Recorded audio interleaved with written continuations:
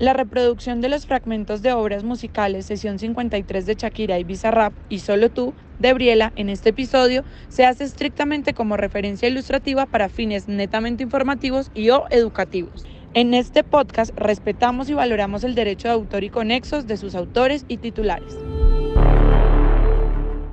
Bienvenidos a Brand Code Podcast, conversaciones sobre propiedad intelectual, derecho e innovación. Presenta Juan Carlos Salazar Camargo, @SalazarJuanca. Bienvenidos a otra emisión de Brand Code Podcast y en esta ocasión hay una situación o una tendencia que nos puso a hablar en todo el mundo y es la canción grabada por Bizarrap y Shakira.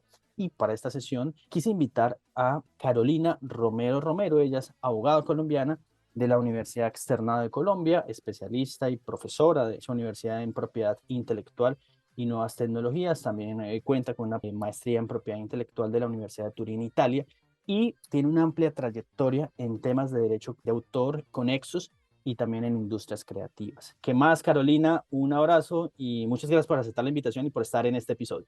Juan Carlos, muchísimas gracias. Gracias por la invitación. Y bueno, estamos en un momento, como lo dices tú, muy especial porque Shakira no solamente está en boca de todos, sino que gracias a ella también la propiedad intelectual y el derecho de autor se colocó en boca de todos. Entonces hay que abonarle también ese logro a toda esta circunstancia anecdótica que hemos vivido estos días. Valga aclarar que esta sesión o este episodio es simplemente para discutir desde el punto de vista académico lo que hemos visto en los diferentes medios de comunicación, porque no entramos a analizar de forma profunda que vemos cuáles son los hechos del asunto. Pero estos pedacitos de canción son los que nos tiene aquí en este momento.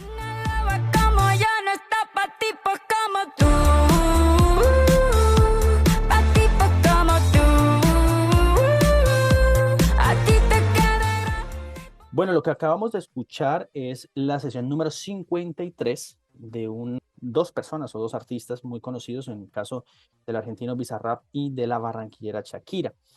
Esto es la sesión número 53 que acaba de salir, salió en YouTube y en las diferentes plataformas digitales, pero hay una gran similitud con la siguiente canción.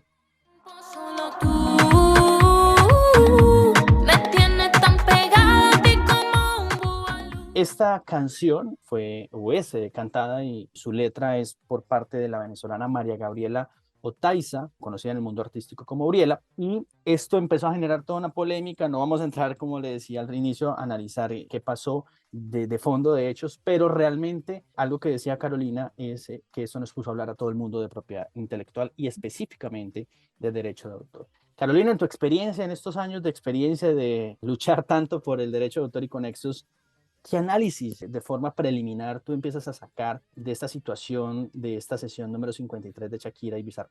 Bueno, la primera es que definitivamente es un arte monetizar emociones.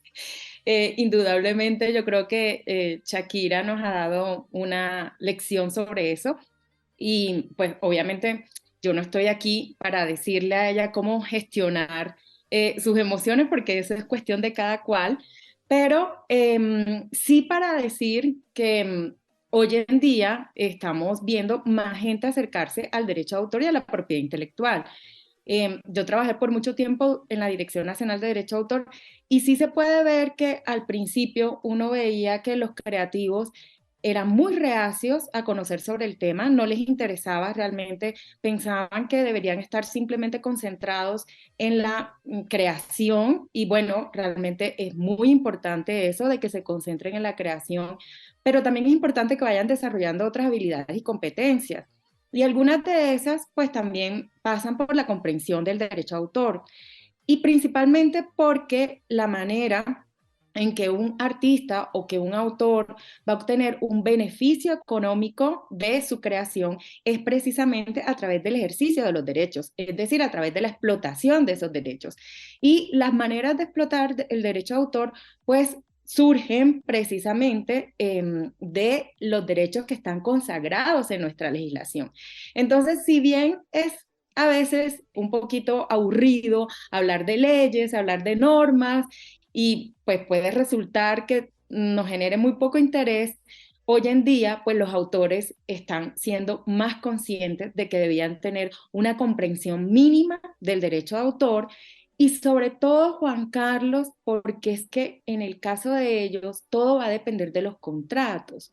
Y habitualmente, cuando uno ve contratos de hace muchísimos, muchísimos, muchísimos años, uno se da cuenta que esos creadores algunas veces los firmaban sin leerlos o incluso habiéndolos leído sin comprenderlos. Y pues obviamente esto genera que hoy en día o en un futuro, para el caso de estos creadores, pues se den cuenta que las condiciones que están plasmadas en esos contratos puede que nos resulten lo más beneficiosas para ellos. Carolina, nada más unos datos así a la hora de grabar este podcast, este episodio, y es que van más de 134.5 millones de reproducciones en YouTube, sin contar las de Spotify y las otras plataformas. Esto lo empieza uno a analizar, digamos que desde dos esferas. Lo de marketing, que no es nuestro resorte, pero nos pega con lo jurídico. ¿Cómo ves tú esas herramientas que tienen los artistas de gracias al mundo digital poder expresar su arte y poder darse a conocer en diferentes territorios? Bueno, yo realmente aplaudo que los artistas hoy en día estén aprovechando todas las oportunidades que brinda el entorno digital. Si uno se va al pasado, me refiero cuando no existía el Internet, lograr este impacto y lograr esta masividad era algo realmente impensable. O sea, podían pasar meses para llegar a concluir de que un nuevo disco o que un sencillo o que un lanzamiento logre obtener estos números que tú los has sacado de una simple mirada, de unas estadísticas, pero fíjate, han apenas pasado cuestión de días y cuando se realizó el lanzamiento, en cuestión de horas, ya se sabía que era uno de los éxitos de la música hispana que había logrado o había tenido la capacidad de un mayor número de escuchas en muy pocas horas. Entonces, yo creo que hay suficientemente ilustración para decir que hoy en día los creativos tienen que aprovechar el Internet como una oportunidad, a pesar de que está sometido a retos también y los retos están ahí, no se pueden desconocer, así como hay masividad en el uso y en la posibilidad de llegar a una mayor audiencia, proporcionalmente hay masividad de las infracciones y la posibilidad de que el contenido sea utilizado sin autorización.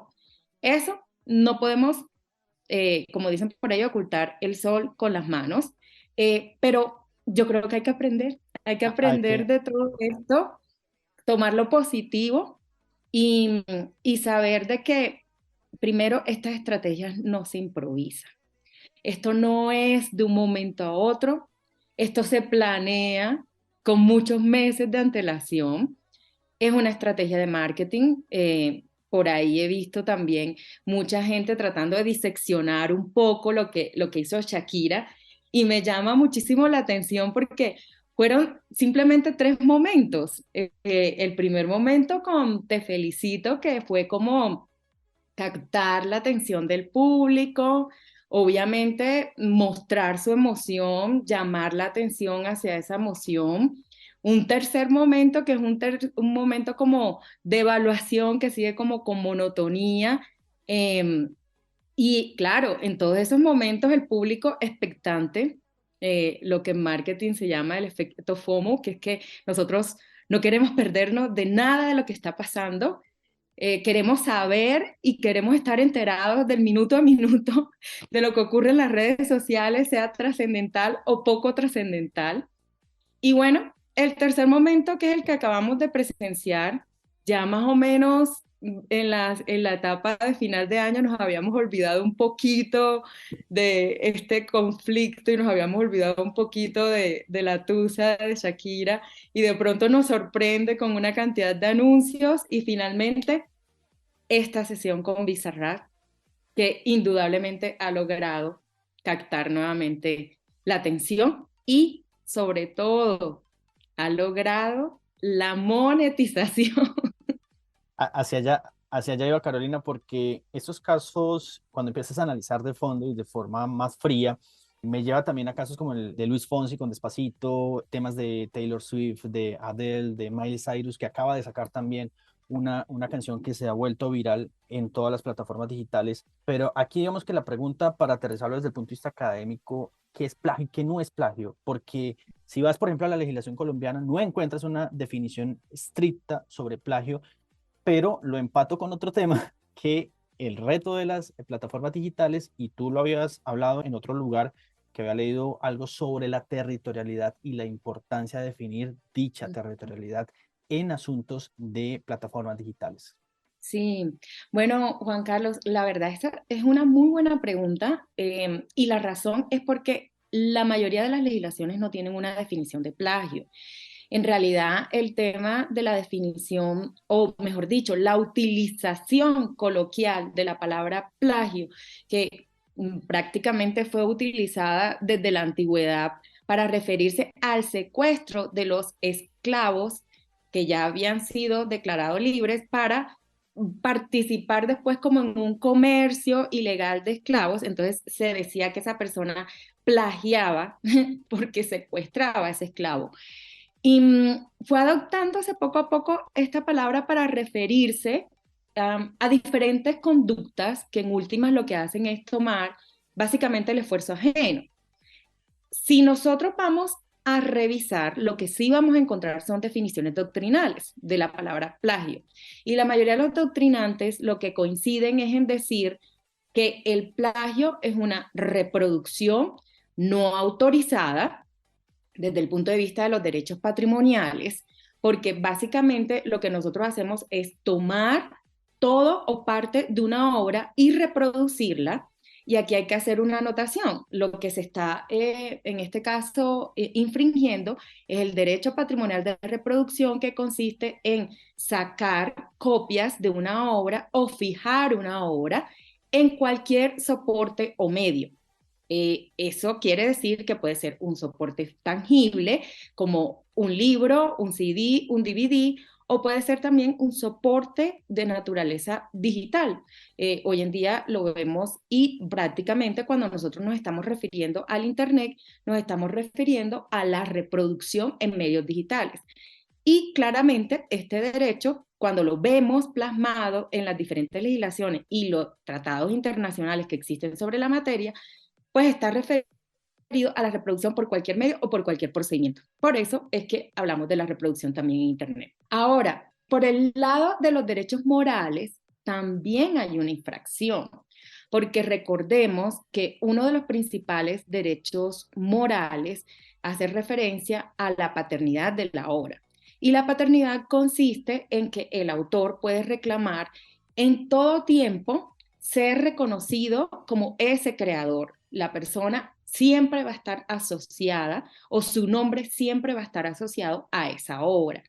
Entonces, en este caso, puede haber una afectación del derecho de la paternidad cuando hay plagio, precisamente porque no se atribuye a ese autor esa creación. Y la otra persona realiza una atribución a sí misma de una creación ajena, ¿sí? Y por otra parte, también desde el punto de vista de los derechos morales puede haber una afectación al derecho de modificación de la obra. Como todos sabemos, el autor tiene la posibilidad de modificar en cualquier tiempo esa obra por diferentes razones. Y nuestra legislación, bueno, y aquí hablo en el caso de Colombia, dice que el autor se puede oponer a aquellas modificaciones que causen un atentado contra el decoro de la obra o contra la reputación del autor. Si ustedes se fijan, no es cualquier modificación, es una modificación que está calificada porque dice contra el decoro de la obra o la reputación del autor. Y si esto ocurre de esta manera, entonces el autor puede considerar que se está afectando ese derecho moral de transformación, ¿sí?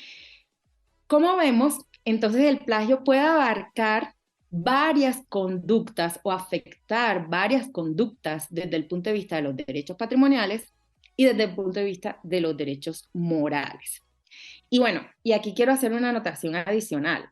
además del derecho de reproducción, que es como la primera afectación que se puede realizar, si esa obra plagiada comienza a circular a través de diferentes medios, entonces se pueden afectar otros derechos también. Por ejemplo, la comunicación al público, porque entonces la obra se estaría comunicando sin autorización. Por ejemplo, la puesta a disposición en Internet, un derecho que surge de los tratados de la OMPI del 96 y que implicaría que además esa obra se pone a disposición en diferentes medios y servicios digitales y eso la pone además accesible a un público diverso y en diferentes territorios. Y ahora llegamos al tema de los territorios. Como todos sabemos, pues en Internet no hay fronteras y eso implica que las obras circulen por diferentes territorios, ¿sí? Obviamente, Internet no tiene fronteras, pero los países sí. Entonces, nosotros vamos a darnos cuenta que precisamente por la soberanía que tiene cada país de dictar sus propias normas y su legislación, a pesar de que existan unos mínimos convencionales en los principales convenios multilaterales sobre la materia, hay un margen con una flexibilidad para la aplicación de estas normas y en todo caso, todas en el marco de las dos grandes tradiciones jurídicas que hoy en día tenemos, que son el sistema de derecho civil o continental y el sistema de derecho anglosajón o common law. Y cada una de estas dos ramas pues difieren notoriamente en algunos aspectos. Entonces, por eso cuando uno va a calificar una infracción, pues además de tener en cuenta pues todas estas normas generales que orientan el derecho a autor, pues entonces hay que revisar el origen de la obra, el origen del fonograma, la nacionalidad de la obra, la nacionalidad del fonograma, la nacionalidad del autor de la obra, la nacionalidad del intérprete, la nacionalidad del productor del fonograma. Pero además de eso, el lugar en donde se está cometiendo la infracción, los lugares en donde tiene efecto la infracción. En general, todo lo que nosotros llamamos en materia del derecho internacional privado de los puntos de conexión. Y de eso, pues van a depender cuál es la legislación que se va a aplicar a cada caso concreto. Y adicionalmente, la legislación del país en donde se reclama la protección en cuanto a los aspectos procesales también. Es decir, no solo lo sustancial, sino lo procesal, porque en materia procesal, pues obviamente se va a aplicar esas normas que están establecidas para poder realizar una reclamación por infracción.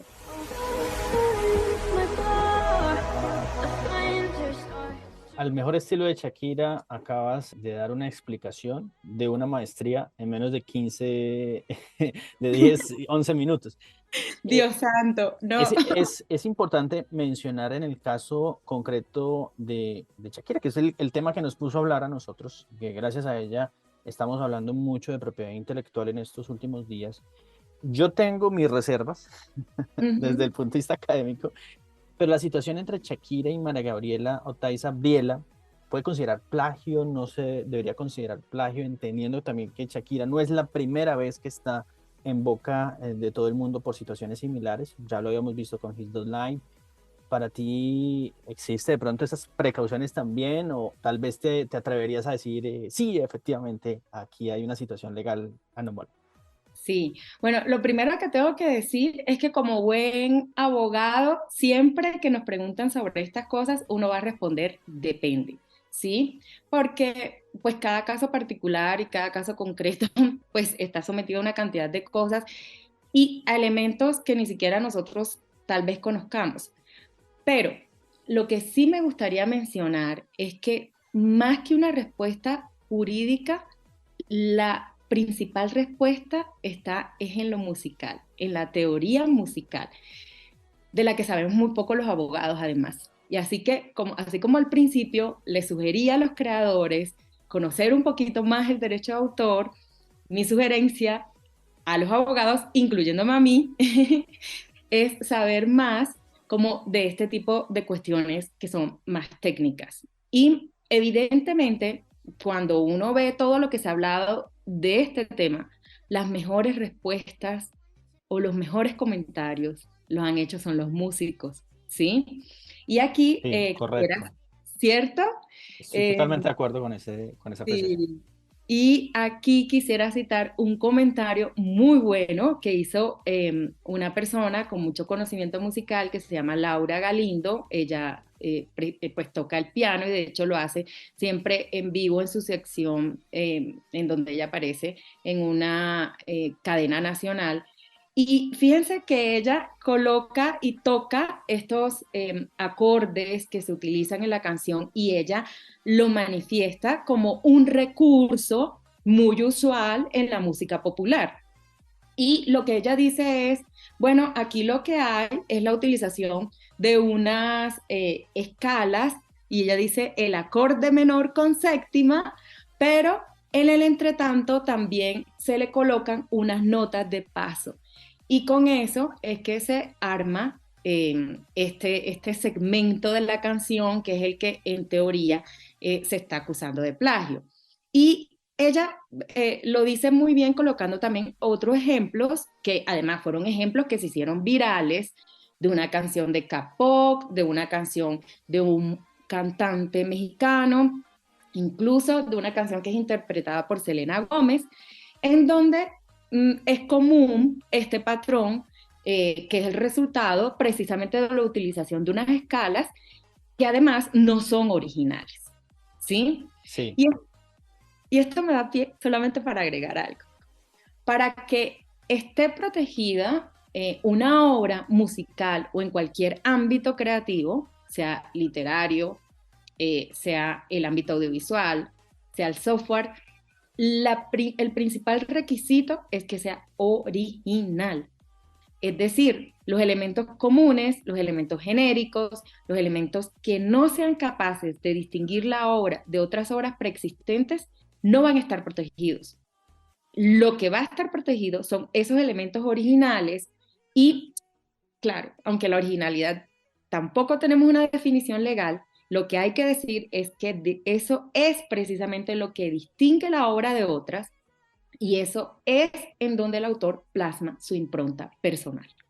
precisamente le había dicho al inicio del episodio que yo le tenía un nombre tentativo, pero se me acaba de ocurrir algo y se me ocurrió que el nombre del episodio se puede llamar claramente que el plagio no te salpique, inspirándome en esta canción de Shakira y Bizarrap. Pero precisamente hay un elemento aquí que sale, es el tema de la creatividad, como el ejercicio que acabo de hacer yo. Entonces, Carolina, ¿hasta qué punto esta creatividad, y también lo leía en un libro hace unos meses, que la creatividad no debe ser absoluta o no es absoluta, porque la creatividad tiene varios elementos, entre ellos la experiencia? ¿Hasta qué punto esta creatividad o hasta qué punto el artista se puede inspirar en terceros para crear obras? Pregunta quiz. Sí, pues bueno, esto también depende, ¿no? Qué pena ser reiterativa en eso, pero pues no hay de otra. Sí, con el tema de Shakira también han surgido como que muchas cosas, ¿no? Se ha dicho, bueno, se habla de inspiración en algunas ocasiones, se habla, por ejemplo, de coincidencias creativas en otras, cuando hay algunos artistas que dicen, no, yo nunca había escuchado eso, nunca lo había visto, nunca lo había oído, y pues en diferentes momentos creamos algo similar o parecido, pero puedo demostrar de que no tenía nada que ver con lo tuyo, etcétera. Y bueno, digamos que determinar eso depende pues, de qué pruebas hay en el proceso, también de cómo se utiliza ese otro contenido, porque puede suceder que a uno le parezca que se está utilizando el contenido sin autorización y simplemente hubo una solicitud de un permiso. ¿Se acuerdan esa oportunidad donde Shakira utilizaba una canción de Jerry Rivera con unas trompetas que a mí me parecen espectaculares y que salen en una de sus canciones y que son de una canción que interpreta Jerry Rivera?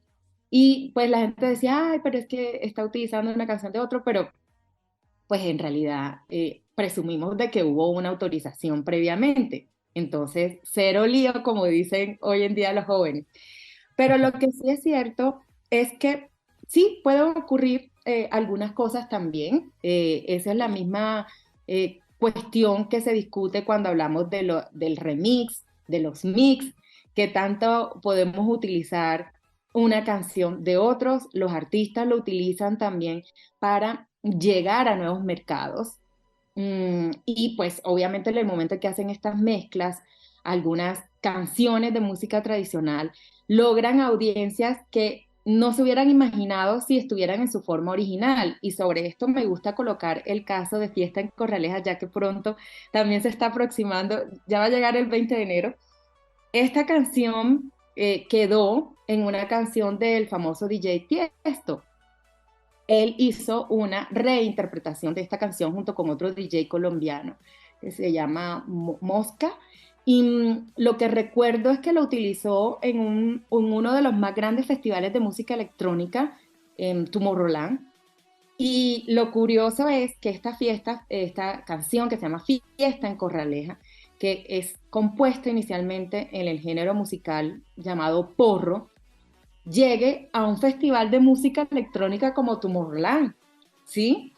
Y obviamente todo esto ha pasado previamente por una solicitud de permisos, por unos acuerdos con los editores que han autorizado la utilización, la sincronización de esa obra también en una nueva obra que también es original, porque las dos obras son originales, es una obra derivada que por sí misma también es original. Y que le ha dado una oportunidad al compositor de la obra original, ¿sí? Entonces, yo creo que pueden haber muchísimas situaciones y todo va a depender de cada elemento en cada una de esas situaciones.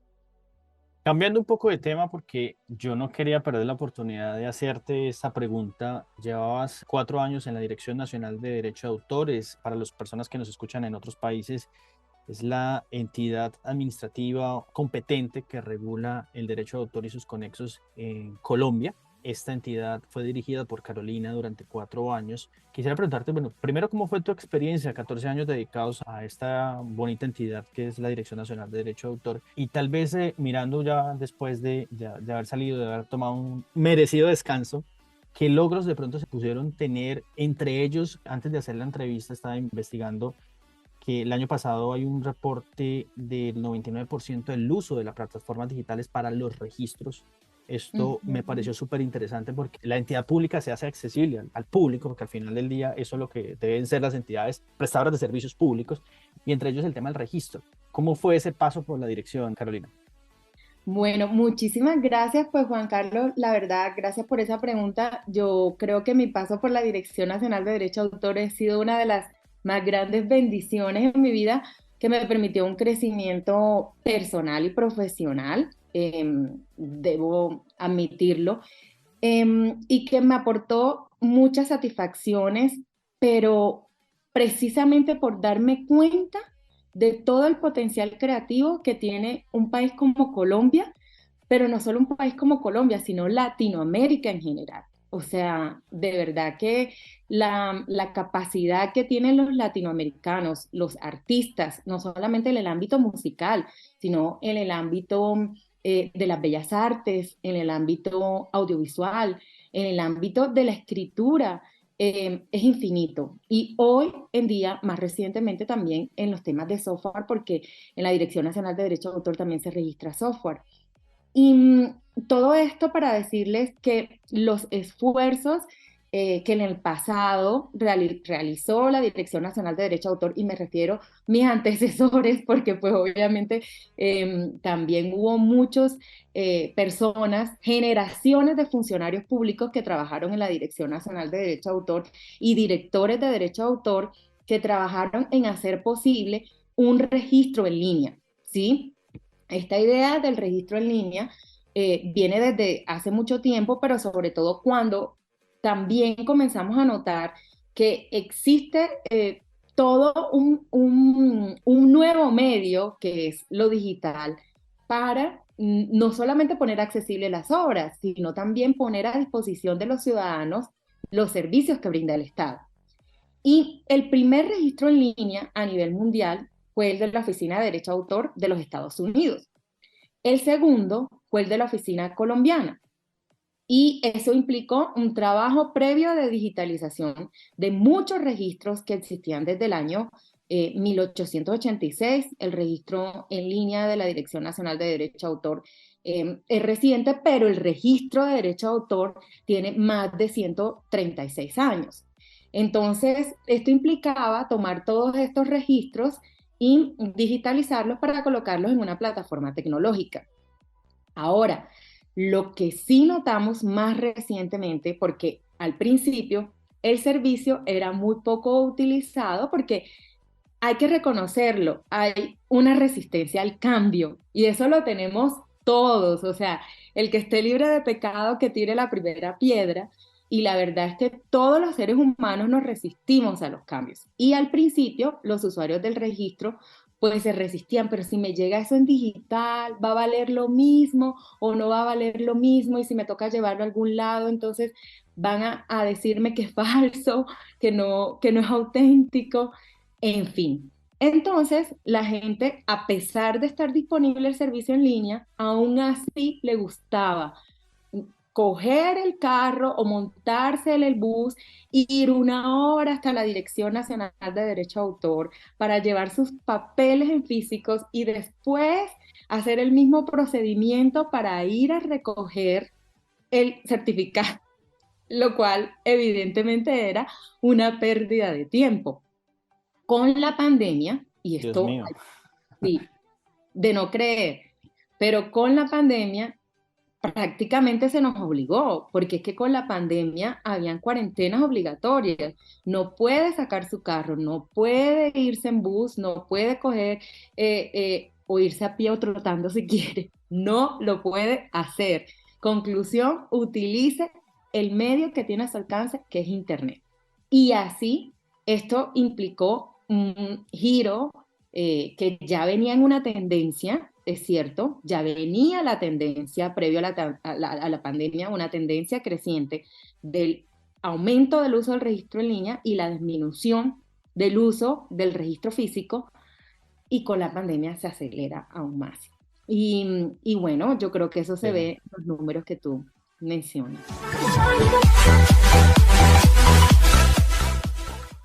Carolina, estamos empezando el año y siempre hay cosas nuevas, propósitos nuevos, y entre ellos hay cosas que uno tiene que estrenar. En nuestro podcast hay una sección que vamos a estrenar hoy contigo que se llama Bandeja de Entrada. En Bandeja de Entrada es preguntas que envían las personas, pero ellos no saben quién las va a responder. Saben, obviamente, plantean la pregunta, nosotros miramos de pronto a qué se asemeja más y se las practicamos a ustedes. Entonces llegó esta pregunta de Andrés, que a Bandeja de Entrada, que es a través de nuestras redes sociales, nos pueden escribir, y dice lo siguiente: mi nombre es Andrés, vivo en Perú, desde los 5 años toco guitarra clásica, tengo 21, estoy estudiando Derecho y realmente me quiero dedicar a la música, pero mis papás me dicen que eso no da plata. ¿Yo cómo les puedo responder si me preguntan cómo puedo monetizar mi arte? Quiero una ayuda. Esa es Bandeja de Entrada, un mensaje, y nosotros decimos quién lo puede responder. Vamos a ver, Carolina, ¿tú qué le podrías responder a Andrés? Bueno, Andrés, y bueno, y los papás de Andrés también. Bueno, eso es una excelente pregunta. Yo creo que sí se puede vivir del arte en general, no solamente de la música, pero hay que aprender a hacerlo. Hay que primero mirar que las profesiones artísticas, porque en realidad son profesiones, lo que pasa es que para mí pues también hacen parte del ejercicio de las profesiones liberales, en donde la persona crea y a partir de esa creación puede explotar esa creación para obtener un beneficio que le provea bienestar, ¿sí? Las preocupaciones de sus padres son las mismas que se podrían tener en una profesión como la medicina, en una profesión como el derecho, ¿sí? Y realmente lo que estamos viendo hoy en día es que estos artistas, como lo mencioné al principio, necesitan desarrollar otro tipo de competencias, ¿sí? Para poder vivir de esa creatividad y de ese arte. Yo le aconsejaría a él preocuparse, además de tocar muy bien ese instrumento y de ser un buen músico, además conocer el derecho de autor, prepararse también para entenderlo, y ya que es abogado, yo creo que esto se le facilita, o sea que él tiene un combo, 2 en 1. Y además de eso, de verdad que afile muy bien sus competencias en marketing. Y sobre esto, lo que vemos hoy en día es que se puede apalancar de muchísimas maneras. Y hay unas maneras que de pronto los artistas no analizan frecuentemente. En el caso de la música, la primera regla general es que la música produce entre más se utilice, ¿sí? Si una canción no se utilice, no produce. Y cuando nosotros vemos, entonces, ¿cuáles son las utilizaciones? Las utilizaciones pueden ser de diversa naturaleza. Coloquemos simplemente ejemplos. Sincronizaciones en obras audiovisuales. Imagínense ustedes una canción que es la banda sonora de una telenovela en Colombia, que la colocan en horario prime time, porque es que las telenovelas están en horario prime time. Que esa canción suena en el carrete de la novela cada vez que va a salir al aire en su emisión habitual. ¿Cuántas veces va a sonar esa canción por lo menos durante los meses o durante todos los meses que va a durar esa novela? Y en general, si nosotros lo vemos entonces con las obras audiovisuales, por ejemplo, una película, entonces una película va a estar en plataformas digitales. Adicional, o sea, los servicios bajo demanda, o lo que hoy en día conocemos como el streaming. Pero además de eso, esa película va a ser exhibida en teatros. Y cada vez que esa película sea exhibida en teatros, nuevamente va a haber una comunicación pública de la obra musical que está sincronizada o fijada en esa película. Entonces, resulta bastante rentable sincronizar una obra musical en una obra audiovisual, porque aumenta las utilizaciones, ¿sí? Lo otro, contenido de las empresas de publicidad, es decir, los famosos comerciales. Y estos famosos comerciales pueden ser tanto en audio como audiovisuales, es decir, tanto para utilizar en radio como para utilizar en televisión. Entonces, cada vez que suene ese comercial con esa obra musical incorporada, que vamos a ver, utilización, comunicación al público, que es lo que más produce, porque honestamente, el derecho que más genera utilización de una obra es la comunicación al público, en el caso de las obras musicales. Entonces, ahí vemos cuáles pueden ser esas opciones. Qué de buena Andrés, qué de buenas Andrés. Estrena sección y la respuesta a su pregunta en bandeja de entrada se la responde la exdirectora de la Dirección Nacional de Derecho de Autor y gran conocedora del derecho de autor en Colombia y en América Latina.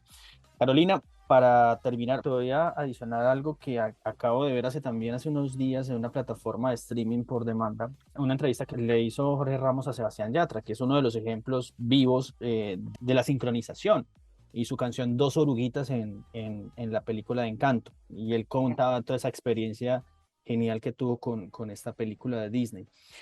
Hay una pregunta que siempre le hago a los abogados de PI que invito a este podcast y quiero hacértela a ti, que es una pregunta con doble visión. Primero es, ¿en qué momento tú sentiste ese clip, ese gancho entre la API y tú? Porque considero que la API llega a la vida de uno y no se va. ¿Qué mensaje muy concreto le darías a una persona que quiere dedicarse a esto? Yo hice clic con la API mucho antes de llegar a la Dirección Nacional de Derecho de Autor. Afortunadamente, en la universidad donde yo estudiaba, y esto es un mensaje para las universidades, exploren nuevas áreas del derecho, no solamente las áreas tradicionales. En esa época se daba una opción de una intensificación y, claro, desde tercer año uno va escogiendo esas intensificaciones. Y yo siempre pensé, no quiero estar en una área tradicional del derecho, quiero realmente estar como en algo nuevo, divertido, creativo, innovador, algo distinto, ¿sí? Y ahí, cuando comencé a explorar esas opciones de intensificaciones, de materias opcionales, yo siempre escogía cosas relacionadas con el derecho privado y cosas relacionadas con la propiedad intelectual. Y cuando llegué a consultorio jurídico, también escogí un consultorio jurídico de derecho económico que me daba más conexión con estas nuevas áreas que son menos tradicionales en el derecho, ¿sí? Adicionalmente a eso, yo sí tengo que decir que a uno los inspira como muchas personas que uno conoce en el camino. Y a mí realmente me han inspirado muchísimas personas. Pero la primera persona que me inspiró se llama Orlando Parra, él ya falleció. En su momento era una persona dedicada al asesorar a los productores fonográficos y tuve la oportunidad de tenerlo de cerca, de ver un poco en qué consistía su trabajo. Y bueno, le hago un homenaje a él también porque ya falleció. Y creo que eso me llevó como por este camino. Cuando yo salí de la dirección, perdón, de la universidad, yo inmediatamente, sin pensarlo, es decir, sin ni siquiera estar trabajando en el tema, dije, voy a hacer una especialización de propiedad intelectual. Lo que sí es bastante curioso es que al principio yo quería era dedicarme a la propiedad industrial y fui súper insistente, o sea, duré insistiendo en el tema que lo mío era la propiedad industrial. De hecho, escogí unas pasantías en la Superintendencia de Industria y Comercio, insistía con el tema y la vida siempre me enfocaba era hacia el derecho de autor, siempre. Entonces, bueno, ese es el resultado de todo lo que ha pasado en mi vida en los últimos años, pero también quisiera motivar a los jóvenes a que piensen de que el derecho de autor nos acerca como, y la propiedad intelectual en general, nos acerca como a lo más íntimo del ser humano, que es su capacidad inventiva y creativa. Y eso, solamente eso, realmente vale la pena, porque cuando ustedes trabajan en esto sienten que lo que hacen tiene un propósito. Y ese propósito incluso va más allá de lo que hasta su mismo cliente está deseando o aspirando. Va mucho más allá porque tiene que ver con lo que es la diversidad del ser humano, la posibilidad de encontrar soluciones innovadoras frente a problemas actuales, la posibilidad de que en el futuro tengamos un patrimonio cultural diverso, disponible a todos los pueblos. Y eso realmente atiende a unas finalidades superiores. Maravilloso conocer que una persona está 100% enamorada de su profesión y se está dedicando 100% desde ese amor a solucionar y a generar proyectos a través de la propiedad intelectual. Carolina, muchísimas gracias. Ahí estaba Carolina Romero, una de las abogadas que más sabe de derecho de autor en Colombia. Y muchas gracias por tu espacio, pero también gracias a Shakira que nos puso a hablar a nosotros de propiedad intelectual y hoy tiene una cantidad de personas hablando de propiedad intelectual. Gracias, Carolina. Indudablemente, hay que reconocer eso completamente a raíz de todo esto que ha pasado. Bueno, Carolina Romero, abogada en propiedad intelectual, y uno de los temas que nos llamó la atención fue el tema de plagio. Como ya se los he dicho varias veces, nos escuchamos muy pronto.